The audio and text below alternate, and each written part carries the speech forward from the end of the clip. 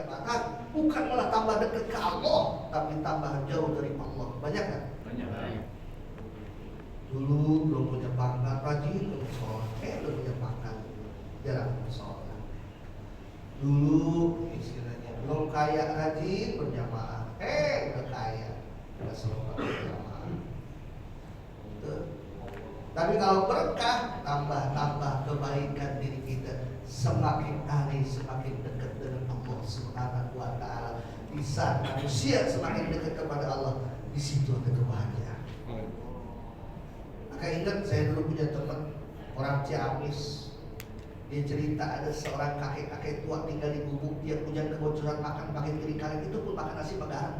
Ditanya pakai bahasa Ciamis, jika tuh aki kumaha, hirup aki teh ayeuna. Aki gimana kehidupan sekarang, gimana sekarang kehidupannya? Duh, alhamdulillah jawabnya, hidup aki teh bahagia kayak di surga. Subhanallah. Padahal dia punya kebocoran, padahal makan pakai nasi yang mekaram doang, itu pakai piring kaleng. Tapi kenapa dia bisa berucap hidup bahagia kayak di surga?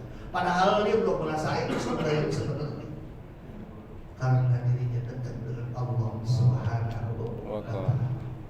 Sebab bahagia ada dalam genggaman Allah. Maka mohon maaf bapak-bapak, ibu-ibu, ada orang berangkat ke Empang, itu bawa pancingan, tapi nggak jaminan pulang-pulang bawa nggak jaminan. Tapi ada orang yang berangkat ke Empang nggak bawa pancingan, pulang-pulang bawa. Kenapa? Sebab dekat sama yang punya Empang. Dekat sama yang Empang, pulang dibawa ikan. Banyak orang yang banyak hartanya, pangkat jabatannya tinggi, tapi nggak garansi, nggak jaminan dia bahagia. Tapi ada orang yang nggak punya apa-apa, tapi hidupnya bahagia. Kenapa?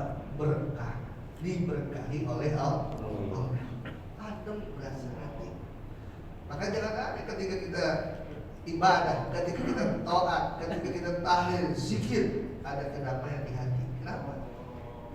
Di situ ada kedekatan kita dengan Allah Subhanahu wa Ta'ala. Maka jangan heran, kalau yang pada suka tahlil, lagi la ilaha illallah, banyak yang merem. Jangan heran. Kenapa? Hatinya lagi dekat sama Allah. Jangan dibangunin kalau tidur. Kenapa? Sebab dia bisa tidur karena ngantuk. Kenapa bisa ngantuk? Karena hatinya tenang. Kenapa bisa tenang? Karena lagi dekat sama Allah.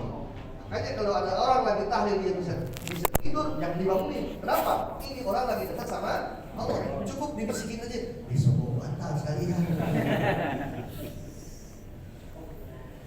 Itu kayak gitu. Maka penting kita buat berkah, mendapatkan dan menggapai keberkahan yang Allah Subhanahu wa Ta'ala. Pakai semua potensi yang Allah berikan kepada kita.